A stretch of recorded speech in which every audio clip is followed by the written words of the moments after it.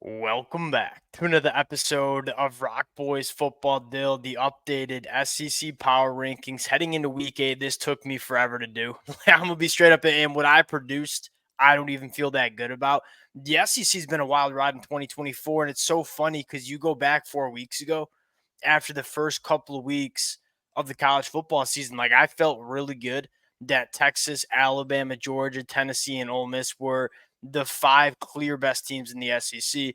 You kind of fast forward to going into week 8 and say, a lot of these teams have massive question marks about them heading into the back half of the season. So, Dill, I think the first thing I want to get into is the tiers that I created, because I think that's another element of talking about rankings. You can stack teams however you want, but I think there are, kind of some clear tiers within the SEC. Mississippi State being in the basement, Texas being on top. Now, that's where I want to start. Before we get into it, as always, I think most importantly for the SEC fans, would love to hear from you guys in the comment section. Like, I think there are so many different ways you can tier these teams. You can stack these teams. I'm sure many SEC fans outside of the Texas fans have some problems with these rankings. Would love to hear from you guys. That is, at least in my opinion, the beauty of doing this. So drop it in the comment section. Let it fly in the comment section, Dill.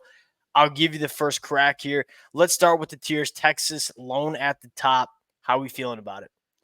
I'm comfortable putting Texas kind of alone because you are right. I mean, they're the only team that hasn't really shown some real flaws, if you will. I mean, Alabama, that defense is not playing the way you needed to play. Georgia, I'm not sure what their identity is and like what makes them great in a sense. Like Alabama has Jalen Milroe. He's awesome. Tennessee has a really, really good defense. Georgia, I think you're still trying to like figure out what makes them like elite. And they're obviously a good team. I don't want to like pretend that they're not a top 10 team or like up in that stratosphere. But what's going to make them like that old school hammer Georgia that you just knew 21, 22, 23?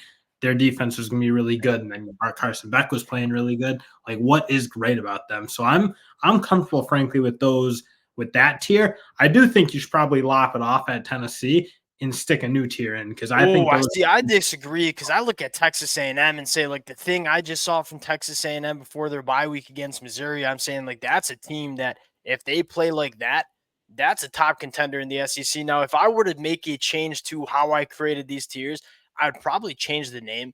Like, I don't think anybody's calling Alabama, Georgia, or Tennessee a dark horse in the SEC. I'd probably like change it to like that second tier contender category.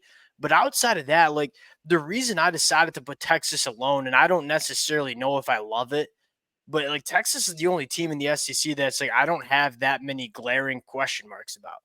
Now, Now, Texas still can have some glaring questions because they haven't necessarily played a team that I think can exactly. expose them, especially on the defensive side. Like they've played good defenses, so we know their offense is really good. But I don't know that we totally know exactly what the defense is because I mean, is Michigan going to test you? No. Is Oklahoma going to test you on offense? Not really. So again, I think we still have things, but I think you are right. As of right now, Texas playing nails on both sides, and you haven't seen those kind of issues bubble. Yeah, if Texas takes care of business against Georgia this weekend, I'll feel a hell of a lot more comfortable kind of sticking them up there and leaving them up there. But Do I still you have a question for you. You really think like, and I'm fine leaving A&M, frankly, in that kind of next tier with the Alabama, Georgia, Tennessee. I feel like personally those are a group of three, if you will. I don't really think LSU, Mizzou, and Ole Miss. Ole Miss, I don't know how you can continue from my perspective to kind of put them up in that world. And same goes for Mizzou. And then LSU, I still don't know about that defense entirely. Yeah, so I think that you suggested I should have done 5 tiers, and like I kind of understand that. To me, it felt like LSU, Missouri, and Ole Miss were closer to that contender tier than they were to like the South Carolina, Oklahomas of the SEC right now. And I'll kind of defend each of these teams. LSU, though, that was the best LSU defense we've seen in a very long time. I Yeah. have a lot of confidence in the LSU offense. If that defense plays like that, I'm not saying they're going to win the SEC, but I'm saying they're going to be a tough out for a lot of SEC teams. I look at Missouri, and it's just I think they check a lot of boxes. They just haven't looked like a contender in the SEC. They'll have an opportunity to kind of turn it up coming out of the bye week to show. Well, actually, I think they were on UMass, so essentially a bye week last week. They'll Missouri's the one that's like tricky because I look at the team and say like they should be playing much better than they are. And then Ole Miss, like this is a good football team. Nobody wants to really say it because it's been a disappointing year. Ole Miss is good. Like, that's one of the better defenses that we see in the SEC. I look at the offense and say, like, I don't know why the offense is struggling the way it is, but it is.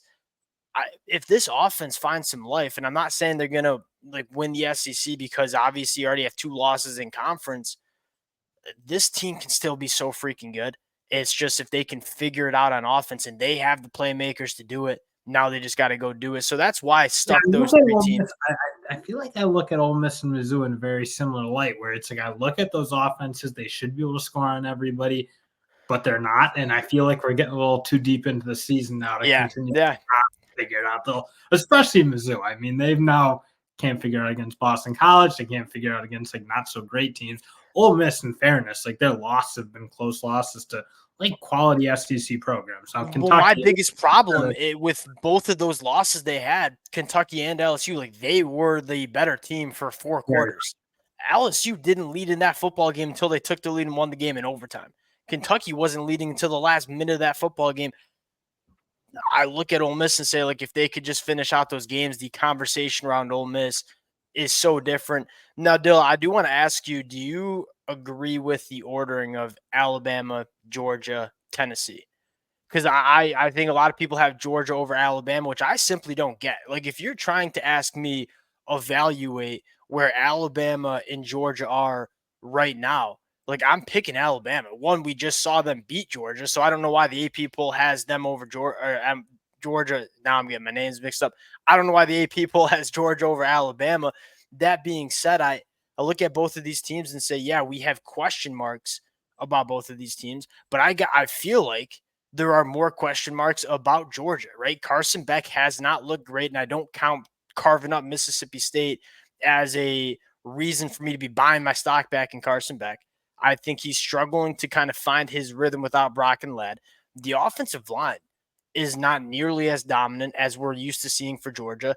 And then the front seven and the Georgia defense in general, like there's kind of question marks on the defensive line as well as in the secondary. Georgia has a lot more question marks than we're used to seeing with this Georgia team. And so for that reason, like I feel pretty comfortable having Alabama at number 2. And quite frankly, I was damn close to moving Tennessee over Georgia as I was kind of winding down these power rankings here. so I'm not sure I agree with that because Nico needs to show me something before I kind of That take. was, We're still yeah, talking about Georgia like they're not the same Georgia. I feel like from the last couple of years, but they're still a really, really good football team. They're good everywhere. I'm kind of with you. Like, where are they great? Where are they like those units that you know are kind of going to in a dogfight be the unit to kind of rely on?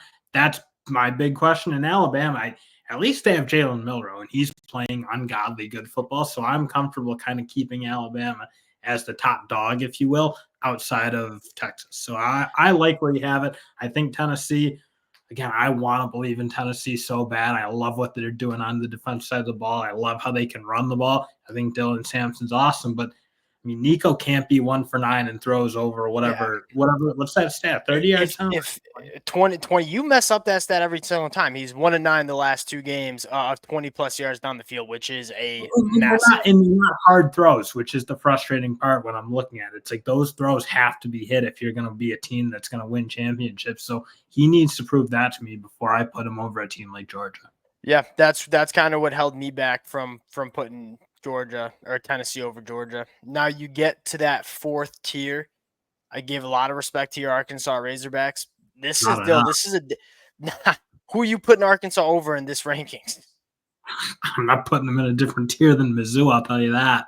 Okay, that's okay. So that's actually fair. Like Arkansas's arguably looked like the better team than Missouri so far. Dill, Arkansas is going to be a wild ride, and I think we know this. Like you look at Taylor Green and Bobby Petrino and what they can do with how the defense is playing. Like I don't know if you're going to get the version of Arkansas that beat Tennessee a couple weeks ago every single week, but that version of Arkansas, it exists, and that's a team that can beat some really good teams in the SEC. South Carolina feels a little bit high for me. I'll be quite frank. It's I don't kind think of so. but that then the categories like the back half of the SEC, like I don't really love. Like you look at Oklahoma, massive question marks on a lot of different. I mean, the defense is really good. I'm buying stock in Oklahoma's defense, but when you're opposite an offense that is quite frankly, as incompetent as it is, the offensive line stinks. They can't. Dill, did you see how much they had to scheme up just to have some sort of success in the run game against Texas? That's a problem. And then you have a true freshman quarterback behind an offensive line that can't hold up in pass pro, throwing to not SEC caliber wide receivers. So it's a really good defense with an offense that flat out stinks. That's kind of what we're describing with South Carolina too. Like those are kind of the like Spider-Man memes, same teams. Auburn. They're shockingly similar, I would say, South Carolina and Oklahoma. Two teams that I don't think have an answer offensively for just being like a normal offense. Like everything needs to come on a broken play or some amount of havoc needs to be. And when that's what you're kind of relying on in offense, it's really, really hard to move it. And I think you see like they need to be gifted something. They need turnovers and short fields, and then they need a bust from the other team. So that combination, when you can't just execute your way down a field, that's a really concerning Question development. for you. So Bren Venables obviously benches Jackson Arnold, goes to Mike Hawkins, which I think at the time, like we loved what we saw from Mike Hawkins in the second half of Tennessee, given this Oklahoma offense some life. We were kind of on board with it.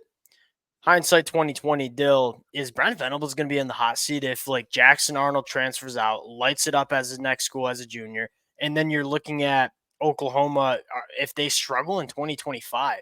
Like this could be a really kind of pivotal. That's not a word. Pivotal year with that guy. I got it. Pivotal year for Brent Venables. Like it when Texas looks like that against you, that's a really bad sign. Like I'm not calling for Brent Venables' head right now. I'm almost getting there because it doesn't look like it's getting any better for Oklahoma in 2024. They don't spark some meaningful changes in 25. I think you're right. If you don't see it immediately, the questions are going to get really loud and the seat's going to get a little hot. So Auburn, this is a much better team than their record. I was just doing the Auburn Mizzou kind of a preview, and I'm like, this Auburn team shouldn't be a 2-win team. Like I think the defense is solid. I think they're top 25 in the country in yards per play. But they just when you lose the turnover margin like Auburn's been doing, and these aren't just turnovers, like they are losing football games with these turnovers. It's a problem. Like this is one of those teams where I look at in this tier and say they're almost kind of like Arkansas to me, where it's like I know there's a version of Auburn that can play high level SEC football. Are you going to get that version or not? That's kind of the question. Vanderbilt's a legitimately pretty damn good team. I didn't give them enough credit for beating Alabama. I was like, I feel like Alabama kind of just came in unprepared. They doubled down on it. They beat Kentucky. Dill, I mean, like, are you kind of buying? You got to start buying some stock in Vanderbilt at some point. I don't see how they can be any lower than this. Like they go head to head, they beat Kentucky. Mississippi State's really, really bad. So obviously, I'm totally on board with them being in a class of their own, if you will, in terms of like what they're in aptitude. But I mean, Florida and Kentucky. Kentucky, I think, talk about a guy who's going to be on the hot seat. I think Mark Stoops. He's going to kind of be there, and that's going to be a tough one because it's not the easiest job to win at a high level as the football coach at Kentucky. But I mean, you've seen some pretty clear regression from the were the big blue wall, that offensive line, they are really rolling. They haven't been like that in like 5 and years. It's not like for lack of like they're ponying up some money for transfer quarterbacks. Devin Leary last year, Brock Vandagriff this year, and they're just not getting over that hump. And quite frankly, I'd argue that they're going in the wrong direction the last 2 years. That I mean, I'm kind of with you. Like it's hard to consistently win 10 football games in Lexington, Kentucky. But man, like it does seem like it's not going in the right direction. I'm sure Texas A&M fans are fired up that Mike Elko's there and not Coach Stoops. Rounded out Mississippi State. That's a Group of 5 team right now. Like they are a very, very bad football team. I am kind of confident that Jeff Lebby can get it going, but from a personnel standpoint, like that's not an SEC team. And we're kind of used to saying that for Vanderbilt. Like, yeah, you can have some gimmicks and you can run really, really fast, but you can tell they don't have SEC football players on the football field. We'll cut it there. Appreciate you guys rocking with it. A lot of hot takes here. I would love to hear from y'all in the comment section. Again, that's the best part about doing it. If y'all do enjoy the content, consider subscribing to the channel. We'll talk to y'all later. Peace.